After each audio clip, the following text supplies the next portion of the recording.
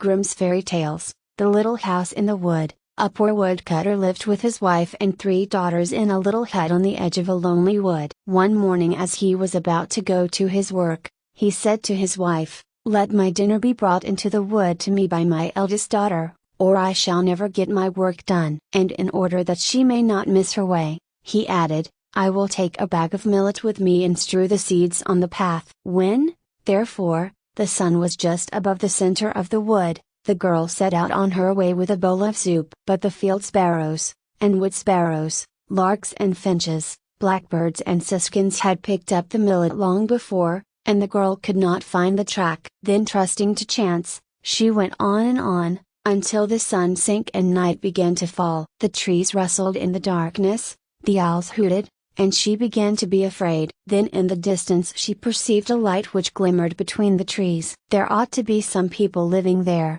who can take me in for the night," thought she, and went up to the light. It was not long before she came to a house the windows of which were all lighted up. She knocked, and a rough voice from the inside cried, "Come in." The girl stepped into the dark entrance, and knocked at the door of the room. "Just come in," cried the voice. And when she opened the door, an old gray-haired man was sitting at the table, supporting his face with both hands, and his white beard fell down over the table almost as far as the ground. By the stove lay 3 animals, a hen, a cock, and a brindled cow. The girl told her story to the old man, and begged for shelter for the night. The man said, "Pretty little hen, pretty little cock, and pretty brindled cow, what say ye all now?" "Ducks," answered the animals, and that must have meant, "We are willing," for the old man said, "Here you shall have shelter and food. Go to the fire, and cook us our supper." The girl found in the kitchen abundance of everything and cooked a good supper,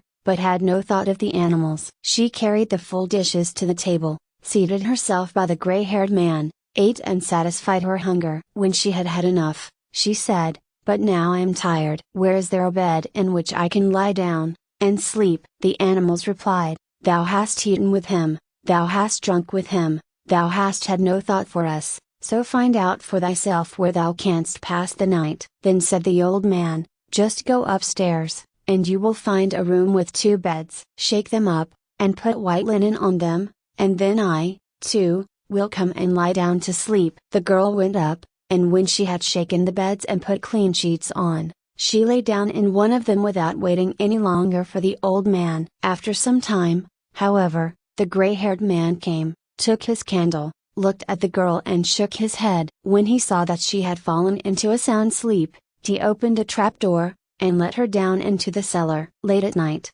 the woodcutter came home, and reproached his wife for leaving him to hunger all day. "It is not my fault," she replied, "the girl went out with your dinner, and must have lost herself, but she is sure to come back tomorrow." The woodcutter, however, arose before dawn to go into the wood, and requested that the second daughter should take him his dinner that day. "I will take a bag with lentils," said he. "The seeds are larger than millet. The girl will see them better, and can't lose her way." At dinner time, therefore, the girl took at the food, but the lentils had disappeared. The birds of the wood had picked them up as they had done the day before, and had left none. The girl wandered about in the wood until night, and then she too reached the house of the old man, was told to go in, and begged for food and a bed. The man with the white beard again asked the animals, "Pretty little hen, pretty little cock, and pretty brindled cow, what say ye all now?" The animals again replied, "Ducks." And everything happened just as it had happened the day before. The girl cooked a good meal,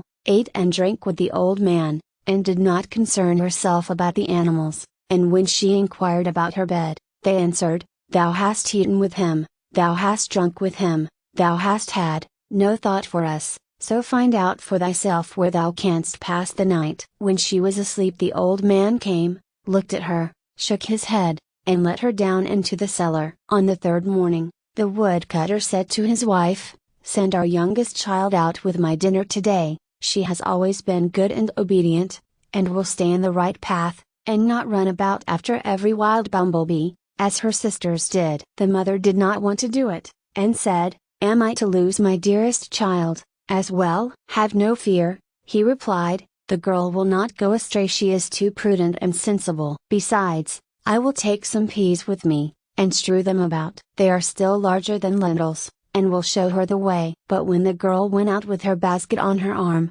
the wood pigeons had already got all the peas in their crops, and she did not know which way to turn. She was full of sorrow and never ceased to think how hungry her father would be, and how her good mother would grieve, if she did not return home. At length, when it grew dark, she saw the light and came to the house in the wood. She begged quite prettily to be allowed to spend the night there. And the man with the white beard once more asked his animals, "Pretty little hen, pretty little cock, and pretty brindled cow, what say ye all now?" "Ducks," said they. Then the girl went to the stove where the animals were lying, and petted the cock and hen, and stroked their smooth feathers with her hand, and caressed the brindled cow between her horns. And when, in obedience to the old man's orders, she had made ready some good soup, and the bowl was placed upon the table, she said, "Am I to eat as much as I want, and the good animals to have nothing? Outside is food in plenty, I will look after them first." So she went and brought some barley and strewed it for the cock and hen,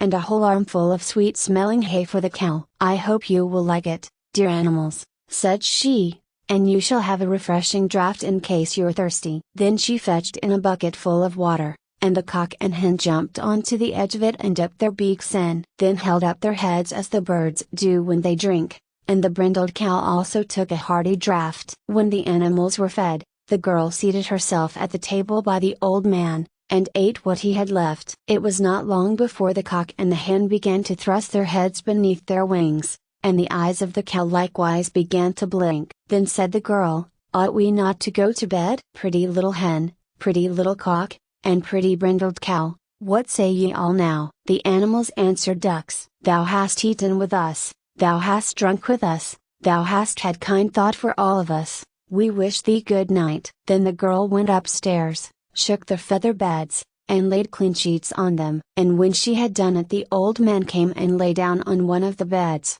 and his white beard reached down to his feet. The girl lay down on the other, said her prayers, and fell asleep. She slept quietly till midnight, and then there was such a noise in the house that she awoke. There was a sound of cracking and splitting in every corner. The door sprang open, and beat against the walls. The beams groaned as if they were being torn out of their joints. It seemed as if the staircase were falling down. And at length there was a crash as if the entire roof had fallen in. As, however, all grew quiet once more, and the girl was not hurt, she stayed quietly lying where she was, and fell asleep again. But when she woke up in the morning with the brilliancy of the sunshine, what did her eyes behold? She was lying in a vast hall, and everything around her shone with royal splendor. On the walls, golden flowers grew up on a ground of green silk. The bed was of ivory, and the canopy of red velvet, and on a chair close by, was a pair of shoes embroidered with pearls. The girl believed that she was in a dream,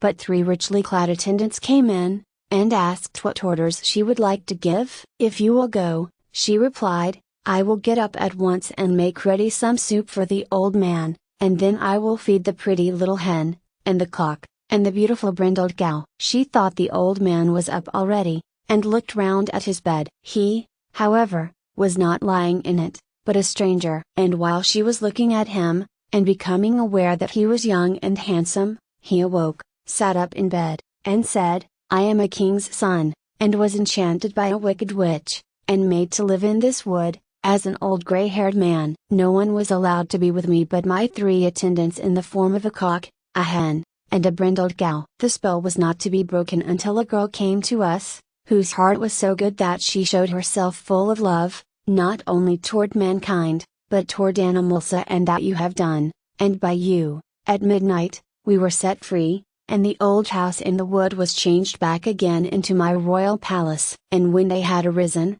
the king's son ordered the 3 attendants to set out and fetch the father and mother of the girl to the marriage feast. "But where are my 2 sisters?"